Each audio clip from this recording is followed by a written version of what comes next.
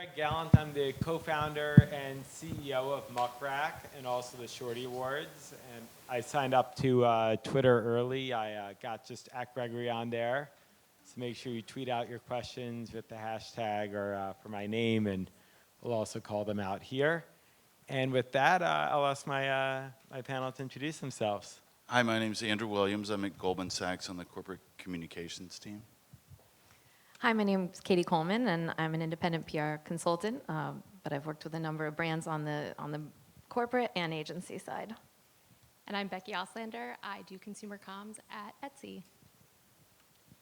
Great, and I'd like to open it up with just asking each person on the panel, can you walk me through a recent announcement that you had or kind of a good archetype of announcement that you've made recently? And I think what we want to really explore, so much has changed in how the media works. Like, tell us how you approached it from anything from like, did you write a press release? Did you send a press release first? Did you pitch a bunch of journalists at once? Did you give one journalist an exclusive? How did you find the journalists? Like, just kind of walk us through your process on the announcement.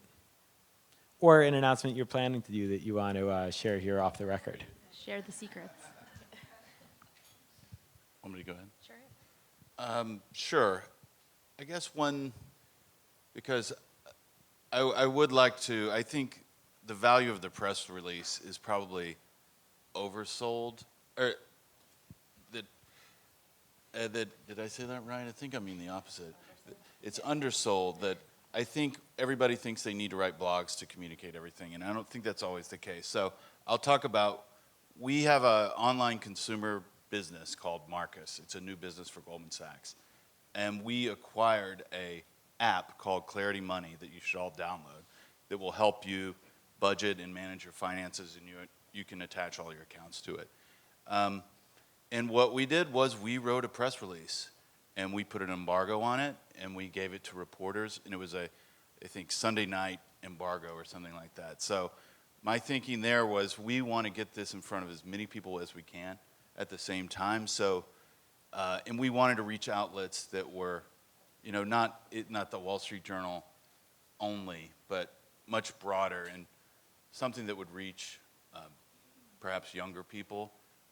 So that was something we've done recently that, that we hope we used a very traditional way of doing it to get broad coverage in front of a lot of people. And let me just ask you, with the logistics of that embargo, so you emailed journalists, did you send them the press release and say this is under embargo, or did you first get them to agree to the embargo and then share the news with them? Yeah, I mean, in instances like this, we do have a PR firm to help us do that, and so they come to us with a list of people. Someone calls them and says, we've got this news coming. A lot of the people we already have pre-existing relationships with, so we know we can easily, it's not surprising if we put an embargo on something. So that's, we didn't just send it to them and say this is embargoed, you're stuck. I think you need to have some sort of dialogue on that. Yeah, I got the agreement first. And everybody was good? They all played by the embargo and nobody ran with it first? Sure, and it's not market moving. I mean, if there was suddenly someone breaks an embargo and everybody chases it, I mean, that's like my dream. That, Yeah, so layering on top of that, I think, having a similar experience, I think the press release can be very effective, and you need to have a tool for getting all of the information in one place so that people know what you're trying to say. But I think another great tool that I've used is giving an advance on a story. So not necessarily an exclusive to one person, but giving quite a few people early access to an interview or an executive within the company that can give them the details, and then those stories run, you give them to them on embargo, they run in parallel with your press release, and it just gives you a little more impact. And I'll give you a third option. So what we do is a lot of really fun announcements about trends or holidays. So while I think there's a time and a place for a press release, we do most of our announcements via a blog, which is written by our trend expert, who is our external spokesperson, who's in the audience here. And we use it to be a vehicle for her voice. It's a way that writers can pull directly from that and quote her without us having to do a ton of interviews. And it's very personable, and it's written in a way that people can understand and reporters can just lift, and it makes everyone's job easy, and we get it out to masses of people. And then there's an opportunity for us to do more selective, what we would call narrative driving stories that are a little bit more impactful and a little bit more thoughtful for deeper announcements. But for a lot of the stuff that we're doing, it's about quality and quantity, and the blog post is a great way to get it out quickly and easily in a voice that we want to carry. And so tell us about that voice. Like what's the difference between what you write in a blog post and just copying over the press release? Yeah, well, so with press releases, there's a tone and a formality that typically is standard. With the blog post, it is something that she would say. It's in her language, it's in her voice. It's something that would feel very authentic to us as a brand and her as a spokesperson. And we don't have to say things like, today Etsy announces blah, blah, blah, blah. We can say, hey, check out this awesome Halloween costume for kids. I love Halloween because I grew up X, Y, and Z. And it's authentic and it's genuine, and reporters it makes their lives really easy to just be able to pull that quote from her without having to set up interviews or, doing a longer list of things. Well, then let's jump back to the press release idea. I know it was something that was controversial on our panel call. I was glad it was just a phone call, so you couldn't break into a fist fight. But with that, when you do the press release, for those of you that do, where do you put it? Do you put it on a wire? Do you email it? Do you put it on your own website? Do you print it out and fax it? Sure. Carrier pigeon.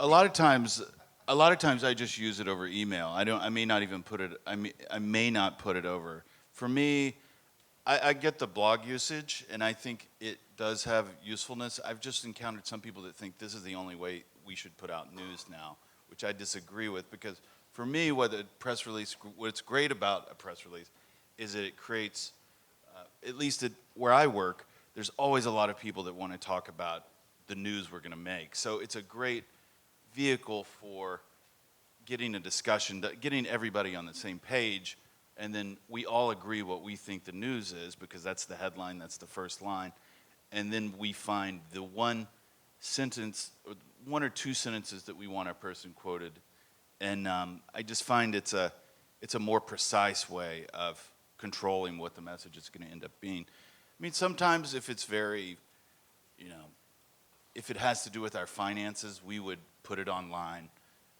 If it's something fun, interesting, that may not raise, like we did an intern survey. We surveyed our interns, and we had a nice infographic, but we had what I would call a press release, but we put it just in an email. We didn't put that. We put the infographic on our website, but not the press release about the infographic. So for me, the press release, it's about the form. And then sometimes I guess I still do use PR Newswire in some instances where I'm just trying to get broad, amplified coverage for something. And what was the most surprising result from the Goldman Sachs interns? What was it? I think that they all thought they were going to have jobs for they weren't going to change jobs very much, which I thought was surprising. That's funny.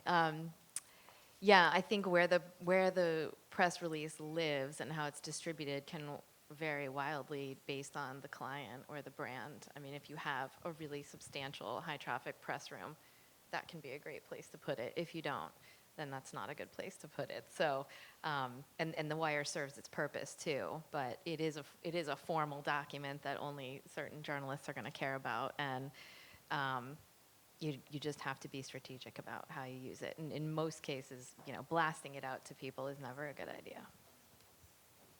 I think it's also worth pointing out that the type of news I'm putting out and the type of news that Andrew's putting out are very different. So, there is as I said, a time and a place for everything. Etsy does use press releases for our earnings and financial announcements, and they do go over the wire in a more traditional way. And so I think that's worth noting as well, because I agree that writing, and I always tell the team this when we're writing blog posts or pitches, and a mentor of mine actually shared this with me, is always to write the headline that you want to read back, and then figure out how do you work those words into what you're putting out, because eventually you will hopefully see a mad lib of what that headline is that you want. So I totally agree that for messaging purposes, there is a function there. And I want to get back into pitching journalists, but before we do, this idea of like how you put the content out on your own. So we talked about press releases, writing them and distributing. However, Becky, you mentioned the blog post. What else are you doing from the PR perspective to write your own content and put your own content out there? So this is something we talked about on the call that we are working on at Etsy, is how do we use the social channels that we have. Etsy's brand has a huge social following, but it's not necessarily something that the PR team is influencing, because they are very protective of that brand, understandably. So I think that that is something that we are going to be looking at in 2019, to how do we work closer with our editorial team and our social team to be able to use the vehicles that they have to not only push their goals, but to use it as a vehicle for our narratives as well. Cool. So hack the passwords from the social team. Yeah. And working with influencers too, to make sure you're getting your message across. I think that ties in nicely with the social piece.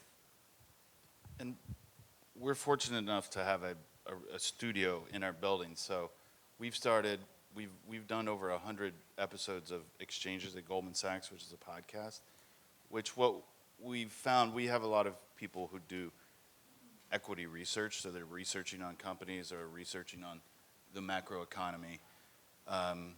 And the global head of corporate communication, hosts this podcast, and we just have a revolving set of guests. They're probably 20, 25 minutes long.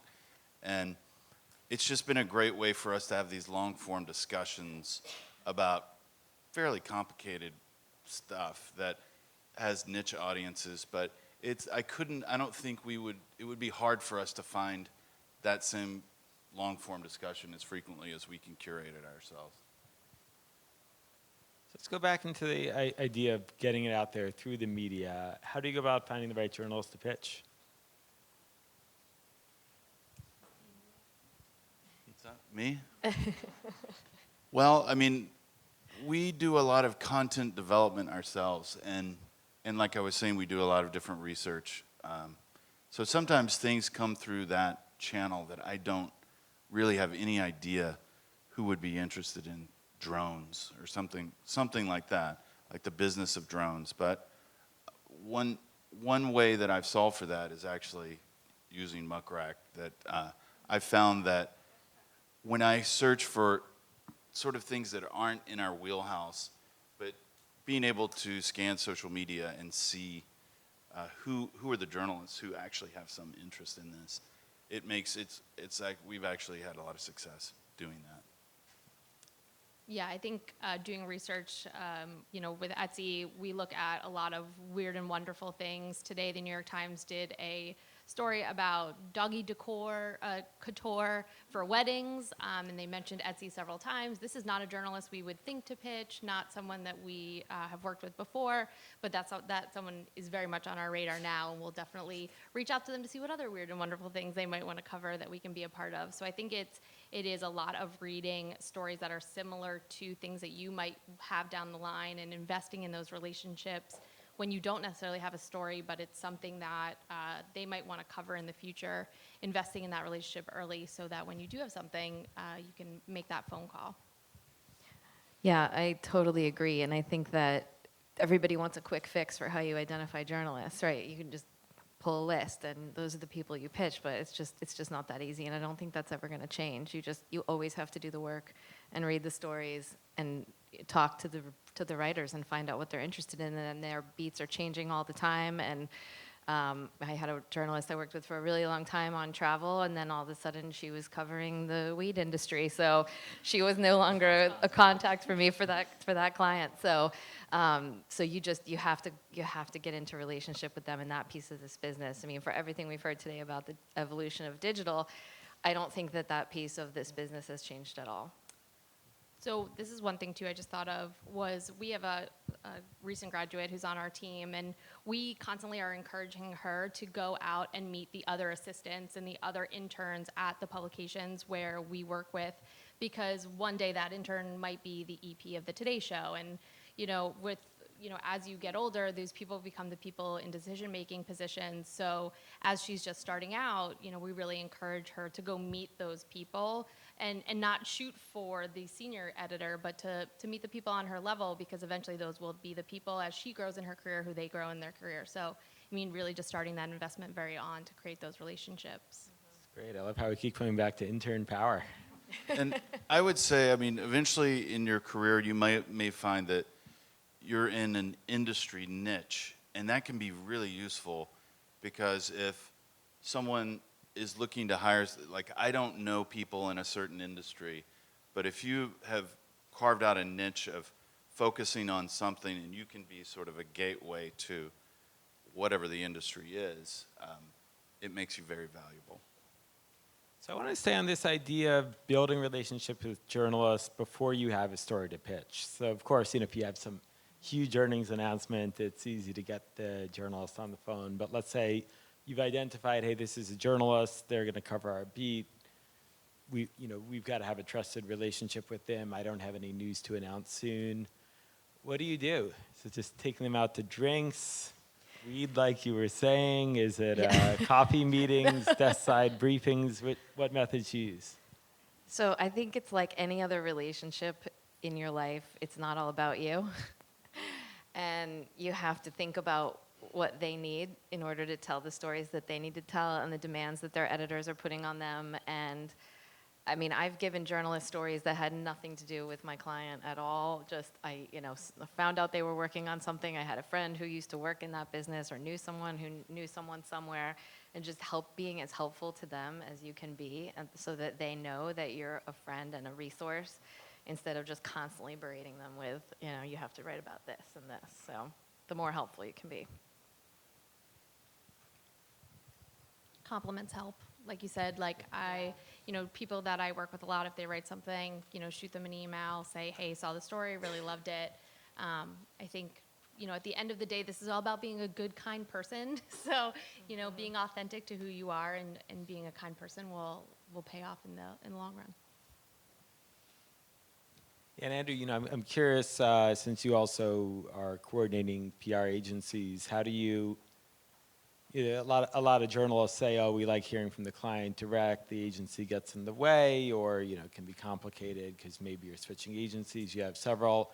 How do you think about both maintaining relationships with journalists, but then also being able to delegate to agencies? Yeah, it is complicated. There's, with different agencies, I sort of restrict some people that I want us to only deal with, but it's a conversation you need to have. And usually when I'm looking for PR firms, I'm hoping they know people that I don't know, and that they can take me to a place that I'm not. So that's one of the things, their network is important to me when I'm hiring people. So it's something we talk about a lot, and sometimes we collectively discuss, oh, it's going to have a bigger impact if I pitch it or if they pitch it. But hopefully when I engage a PR firm, that we can have a long-term relationship. And, over time, the reporters know that either it's sort of interchangeable, that they're a real part of what we're doing. So over time, it should be just the same as me calling. I totally agree with that. The other thing that's really great about working with an agency, and I've been in a long relationship with one, is the value they bring when they are pitching other clients. That's often when they find out about stories that you can be a part of, or they're making new relationships that you wouldn't necessarily think of for your clients. So their real value is in that Rolodex, but also having like-minded clients that they may be able to bring opportunities to you, whether it's for media, but also in partnerships as well. And how do you find, during tough moments, like the journalist is asking you about something you can't give a comment on, or they write a story you think is unfair, how do you manage that tension where, on one hand, there's different purposes, right? You have to speak on behalf of your company, the journalist is out there to get an interesting story for their audience and to get to the truth. Like, what, how do you navigate those tense moments where you know you're at odds with them? They want you to say something you're not allowed to say, or they wrote a story you felt was unfair and you want to get them to, make a correction or do something like that they're not going to be happy with. So I luckily have not had this at Etsy, but I spent 10 years at Yahoo prior and dealt with this a lot. And my policy was always honesty and realness. At the end of the day, you have to appreciate that journalists have a job to do as much as you have a job to do. And figuring out what that compromise is and what that happy medium can be where you're both, meeting in the middle is really what it's about. And it is about being kind and respectful of that. This is a relationship and an exchange and figuring out what that looks like. But at the end of the day, I think honesty is something that we all should practice. Yeah, and I think the relationship comes into play too, because if the better the relationship you have with the writer, the more frank of a conversation you can have and the more successful you'll be in getting what you want out of the deal. But yeah, it can be really tricky, and I think you have to be honest, but you can't, at the end of the day, it's not an ad, and you can't completely control what is said, and you have to, I think, have the conversations on the back end with the people in your organization to understand that that's the game we're playing. Yeah, a lot of a bad story is communicating internally about what the person's trying to do and what their objectives are. Hopefully, I want to deal with people on a regular basis, so I feel like I'm most vulnerable when I'm dealing with someone who's doing, this is the only thing they're ever going to write about whoever I'm working for, and I've really gotten burned in those situations where, particularly like magazine writers wanting to do profiles on people, they can decide not to, off the record doesn't have to mean off the record. I've had somebody write a story as if it was a dream sequence, even though that was the off the record discussion, which is not fun. It was a GQ. Everyone blacklist them right now. No, but you pointed out a good thing. I think with those difficult conversations, your job really becomes how do you manage that internally more than externally, because you can't control the external, but you can control internally the expectations of the outcome is gonna be. So I think that's really the huge part of it. So be careful when you say this is going to be a great story. Yeah, this is going to be a huge Wait till you opportunity read for it. us. Yeah. Don't ever say that. Let me ask the question on, especially on behalf of all the millennials out there, where I'm always hearing there's this kind of generational divide between the idea of using the phone, and I just mean the smartphone, but actually calling someone, where a lot of people, they start their first job and their boss is like, everybody you pitched, you've got to call them up and make sure they got your email. And I know some people think that's absurd, other people think that's part of the job, but how do you think about phone calls in general, be it for pitching or maintaining a relationship, et cetera? Yeah, I just have to tell this, my first job, our boss put a counter on our phones, and whoever at the end of the month had made the most phone calls got a reward. So we were robocalling, Did you win? I did, actually. Congratulations. We used to call the top 100 news desks to make sure they got our press release. So yes, times have definitely changed. I think the phone call is super important. I think realistically, most journalists want to get the information in email, but I think this is where that relationship comes into play. If it's someone you can pick up the phone and say, hey, I have an idea for you, I want to talk it through. That's typically how I approach things that are these bigger stories that I want to accomplish. Even just sending an email to set up time to talk seems to be a way to connect with people because they are on deadline, and I don't know that cold calling people is the most professional thing anymore, because I think people, they want to plan for it and they want to be able to dedicate that time. So I think a planned phone call, even if it's brief or, hey, I'm going to give you a call. A lot of journalists text now. I think that's a great way to communicate with folks as well. Yeah, and if you're starting your phone conversation with, I'm just calling to see if you got my email, it's 2018, they got your email, and they're just ignoring you because your news is not that interesting. I agree. I would say if you're at an agency, be coordinated and think about like not exhausting the same reporter over and over. Like this time, know what's in your sort of news pipeline, and don't keep hitting the same lever over and over and over every day. Because you got to respect them, and you're gonna make yourself just simply annoying, and nobody's ever gonna want to talk to you after that. How do you interact with journalists on social now? Are you friends with them on Facebook? Do you follow them on Twitter, Instagram, Snapchat? Sure, I follow people on Twitter, and I do occasionally engage, though I get nervous about it. Particularly, if I wanted to be critical of what they're saying. But for me, LinkedIn has been a great platform of sharing stories that I like, engaging with journalists that way. I just feel like it's a civil discussion that's going on, and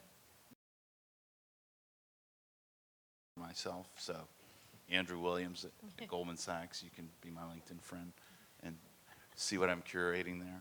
We can all be your LinkedIn friend. Sure, why not? And then when you say you're talking to the journalists on LinkedIn, or is it through InMail? Are you commenting on their posts? Are they commenting on yours? Yeah, it's commenting. It's commenting or tagging people and this kind of stuff. Trying to have fun.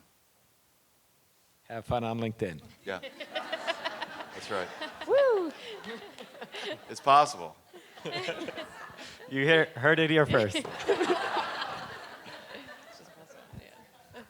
Yeah, I think some combination of all of those things. Twitter is, certainly where a lot of the news is happening more quickly, so it's a good way to keep up with what everybody's doing. But yeah, cautiously conversational there.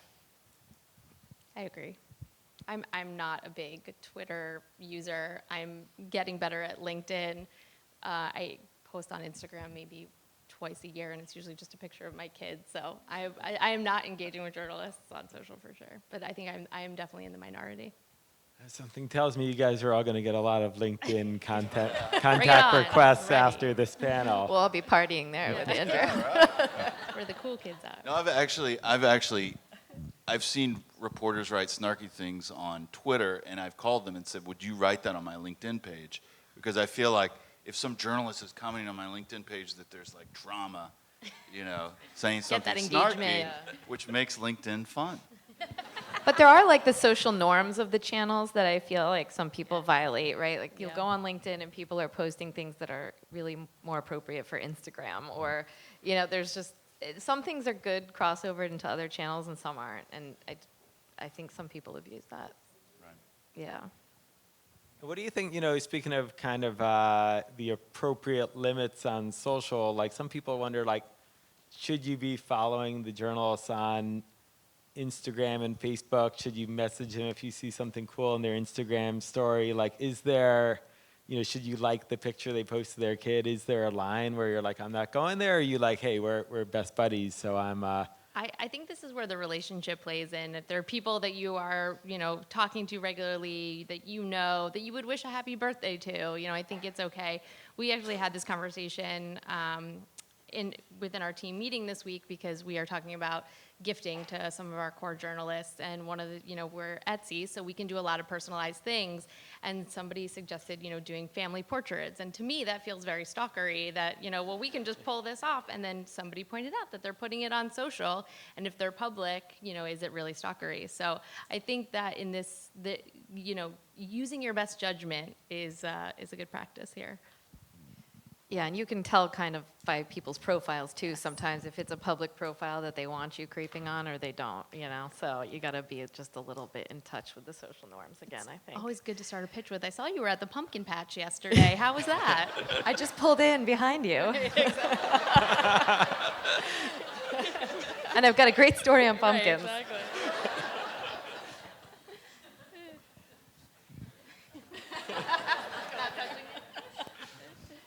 All right, well, let's shift into a different gear here. So a lot of PR people tell me occasionally they pitch a journalist and they don't hear back from the journalist. I'm sure it hasn't happened to anyone here in the room, but some people out there have told me that. Now, I know you guys are all with big brands, so you probably get responses more than most. But, well, first of all, let me not make that assumption. Like, do journalists always write back to Goldman Sachs and Etsy and Katie, a lot of the big brands that you've worked at, or do you guys get ignored too? I guess we get ignored too. But people do, I mean, we're fortunate people are curious about what we're up to. So they pitch, but I think it brings up something in my mind that I think is sort of important thing that I have to teach people a lot that aren't in communications. That you need to have an inside and an outside view, because inside any organization, everybody gets so excited. We're gonna do this change that's, you know, on the outside may just seem like you're moving boxes around, and so containing the internal excitement, or like informing it, is going to be really useful so your pitch won't land dead. But yeah, sure, I call the Wall Street Journal at least once a week with some idea that they just say, forget it, you know. So I don't always hit, but knowing what is interesting versus important. It might be important to your organization, but it's not necessarily interesting to everybody in the world. Yeah, the difference between a company announcement and a trend story or a feature, or, you know, it really depends on what you're talking about. But I think, yeah, if you have a beat reporter and you're a very big brand in that beat, chances are they're going to answer your phone call because that's what they care about. If you're not, it's a little bit more challenging. You have to really be. But even if they answer your phone call, that doesn't mean they're going to write the story. They're going to answer because they want to see what you're doing. And so what are your tactics, and you know, be it at your current position or when you've been working on behalf of brands that aren't as well known, when the journalist doesn't follow up to the initial pitch, do you just move on? Do you do a reply the next week saying, hey, did you see this? Do you call them? Do you text them? Do you do the full stalking mode that we talked about in the recently? That's when I send the agency to go figure out why they're not responding. I usually go with one follow-up, but I'm not, my ego's not that big that usually if they don't respond, I get the hint that they're not that interested. True. I mean, they don't. It depends. I mean, if you have 3 weeks to do something, I'll give somebody a couple days. But if it's like we've got to do this in 2 days, I'll move on pretty quickly. Yeah, agreed. And I think you know, some of the bigger trend stories that you see can take months to come to life. So if someone doesn't respond to your pitch in 24 hours to your client or to your boss, that might seem like tragedy, but the reality is most of these feature stories don't come together in 2 days, in my experience. And some do, but sometimes they're on vacation or they're busy closing another story, or they're just, so I wouldn't follow up repeatedly in a 24-hour period, but sometimes if you have time, if you check in another week or you pay attention to what their next story is that comes out, you might get a little bit of a clue of why they haven't been responsive. And since this is a panel on what not to do, I'd love to explore what Andrew raised of this issue where there's someone internally, you have some executive at your company who knows nothing about PR, and they're like, hey, you know, I just, my title just changed from VP to SVP. I think this is a huge story, or we just, you know, slightly altered this project, and my team worked really hard on it, so it should be in the Sure. Wall Street Journal. How do you deal with those demands from Sure. executives where No, if you I follow have it? a standard response for this. That, and it's not usually promotions. It's something else that, in our case, may be self-serving. It could be like something we've done with philanthropy that's really great, but it's not necessarily something that the news media is going to be interested in writing about. So I ask people if they could find, like, I know what you're interested in. I know it's important. If you can find me a story just like the one you're talking about, we'll go to that person. And so then they go and search for this story, and maybe they find out that they can't find any story that's like that. So that's one thing that seems to work well. That's a good idea. This used to come up a lot at Yahoo, actually, and one of the solves that we came up with was doing a really robust editorial for internal. So we had a intranet where we were able to do videos and Q&As and product announcements, and we found when we started talking to teams, and it would be a minor product update, and we would spotlight the PM who worked on it and give him or her an opportunity to share sort of how it all came to be.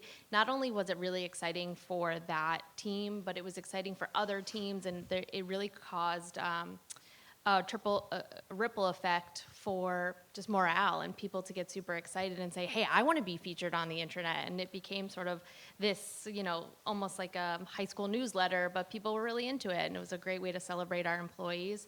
So I sort of, in those opportunities, look for ways that we can spotlight them internally. Etsy uses Slack a lot to celebrate people. And I think there's an immediate excitement, and people see that reaction, which I think, is great. Yeah, and I think just to your point that some people don't really understand PR, the function of PR, that they might actually mean more internal communications and not even realize it when they're asking for a press release. So that can be really effective. And also, even though you don't want to say no to your client, to the brand, you sometimes have to say no, and here's something else we can do, and come up with another creative way to, so maybe their immediate promotion isn't that newsworthy, but maybe they are a DJ by night, and that's more interesting, right? Right. So there's other ways you can find a story without having to just say, no, that's not interesting, bring me something else. Because you really don't ever want to pitch the media on something that is not newsworthy, because you're just going to annoy them. So you never want to just say yes to your client. What are the, as you look ahead to the next year, like, what are things that you're not doing so much now that you think you'll have to start doing a lot more of? So we are going to be exploring how we interact with influencers. Like I said, Etsy has a huge brand recognition, and I am super curious in how we can sort of pull that lever and use influencers as a tool to raise more brand awareness and ultimately drive more sales to Etsy. I guess for me, it's that Goldman Sachs just launched the Instagram account. And so it's interesting for our brand. At Goldman Sachs? Yep. Follow it now. Yeah, that's right. Just how because we've done Twitter, and I feel like we've gotten in a rhythm with that. But it'll be fun for us to figure out how do we develop content that fits well on that platform.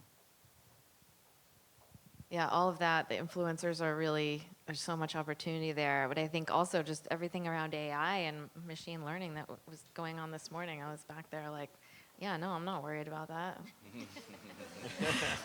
That's going to be really interesting to see how that changes things. So we'll be watching that closely. Machines are coming. Yeah. Great. Well, let's open it up to some questions from some human beings out there. Hi. We send out press releases, to be picked up by the media, but we also sometimes have to consider the media searching for our releases online at our web pages and our sites and stuff. And this question is related to technology and press releases. Is there any tips that you guys can recommend to get those releases, the search engines, to pick those up? Things like I've been exposed to in the past, and things that we do, like putting key search terms in the first 50 words, using not only your own link in the release, but perhaps another link relevant to whatever you're talking about that is not to your property. My search guide tells me that causes it to go up. The tricks of the trade, that kind of thing. Any opinion or ideas?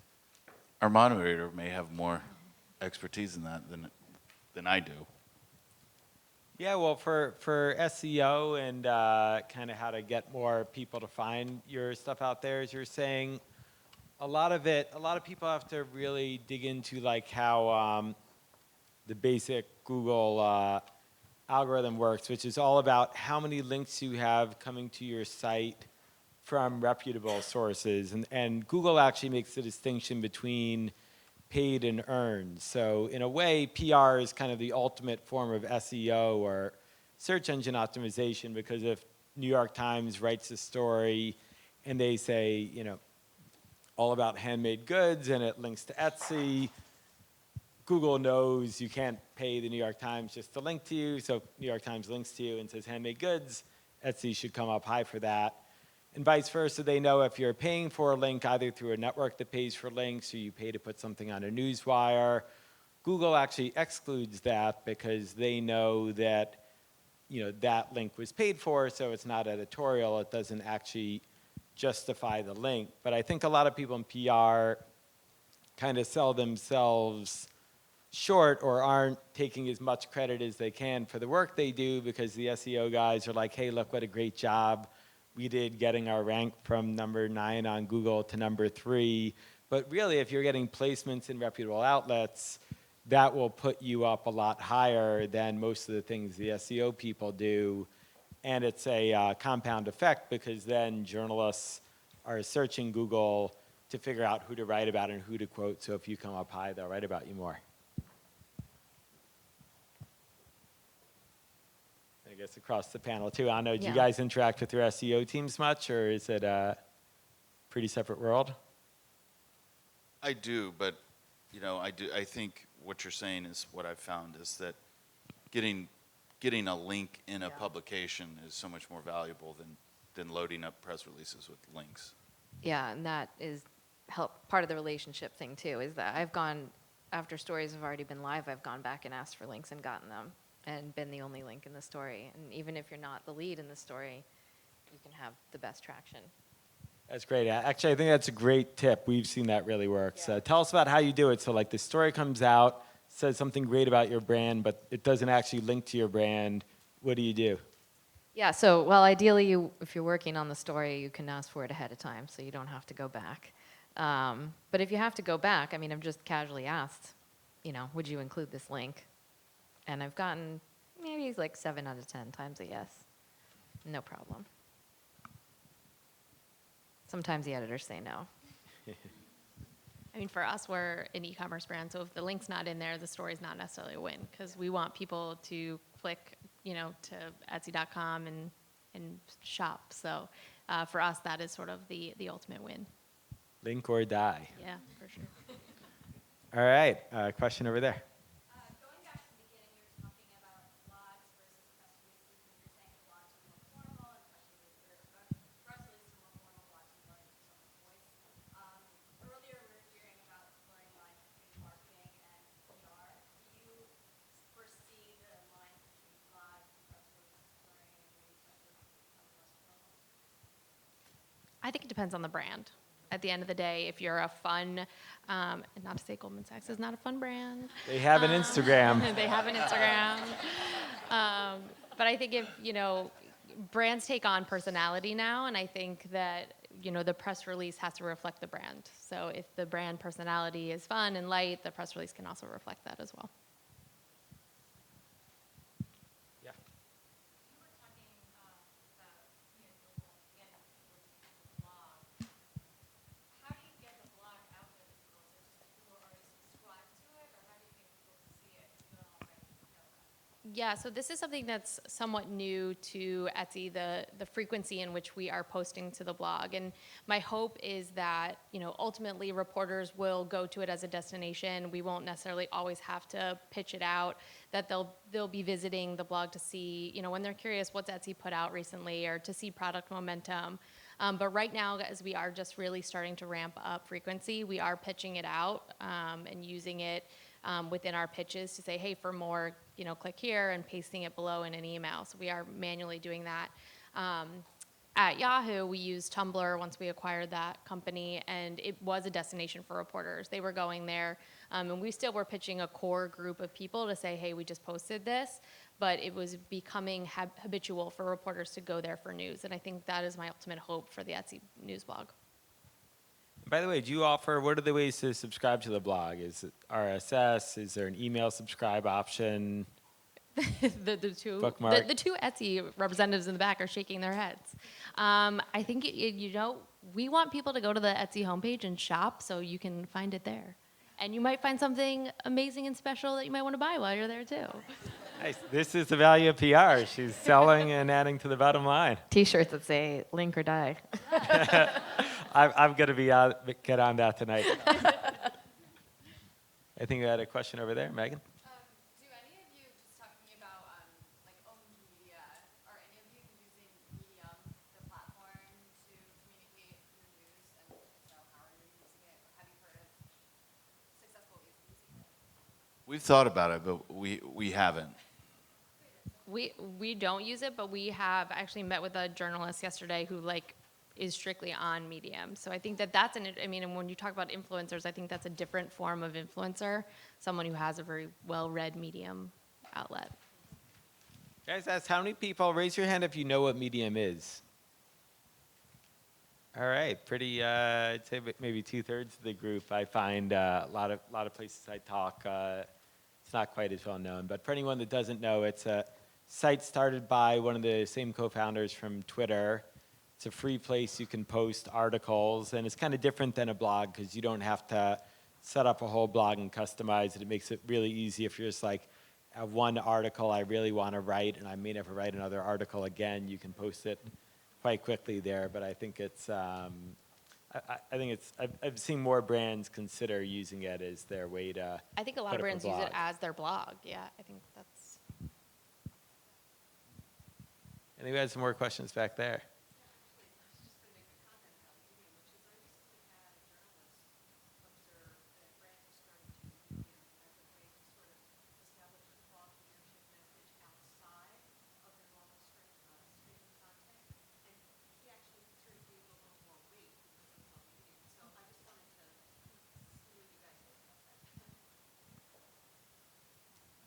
Yeah, that's interesting. I mean, I think it would depend on how good the content is. So, but it is, you know, there's an audience there, and I think whatever you're writing about, your audience will find you if it's good. So, it's totally credible. We need more channels. There's not enough channels No? out there. You think? I will say, I mean, you can post really dumb stuff to Medium, and plenty of people do, but the great thing about Medium is it makes everything look good visually. Whereas you could set up, you could set up your blog on WordPress and choose a really bad WordPress template and look very uncredible. I think it at least makes it look good. Somebody might read it and 2 lines in, realize it's a really dumb blog post or Medium post, but it looks good Oh, that's initially, good. aesthetically. I think another question from that quadrant, yeah. Yeah, you first, and we'll move over. You see a lot of local media pick up on those stories. If you don't use a newswire to get the story out, how do you localize your national news to local media? Going to a wire service like Associated Press. Is that what you're talking about? Well, I guess it's a distinction. Are you asking about like PR news wires, and you're saying a wire like Associated Press or an editorial? Yeah, someone that's syndicated. But I'm So not you- sure I understand the question. So instead of using PR Newswire, for Right. how do you get your news into local media? Do they tend to pick up everything on PR Newswire? Well, I mean, sometimes the old-fashioned way of just calling whatever local media is and seeing if they have the capacity for somebody to cover what it is, and then try to make it as easy as possible for them to write about it. I think a lot of those local outlets still rely on sort of the news desk. So, sending out, and I can't believe I'm about to say this, but like a mass email to the news desks also is sort of a self-automated syndication. I thought you were going to say fax. Yes, fax. What's that? Just fax it. What's a fax? That's the one big takeaway from this panel. Fax it. Fax it. Print out your LinkedIn post and fax it to the local papers. That's good. And there was another question right over there, yeah. This question is kind of for Becky. For Etsy's blog, when you are working on, or you're putting out content that has to do with trend spotting, that type of thing, do you struggle with media, like, kind of seeing you almost as a competitor and not wanting to write about that? And how do you deal with that? No, so in the trend space, I would say our competitors are places, and they're a partner, so I hesitate to even call them a competitor, is someone like a Pinterest. So our trends are editorialized. Dana, goes and she sort of is our trend spotter, but it's backed by data. It's backed by forecasting. So we're looking at what are we seeing on Etsy.com seasonally that people are interested in, and that's what we're reporting on. So when we push it out as a blog, they're seeing it as a resource. So because we are using it as a vehicle similar to the way you would a press release.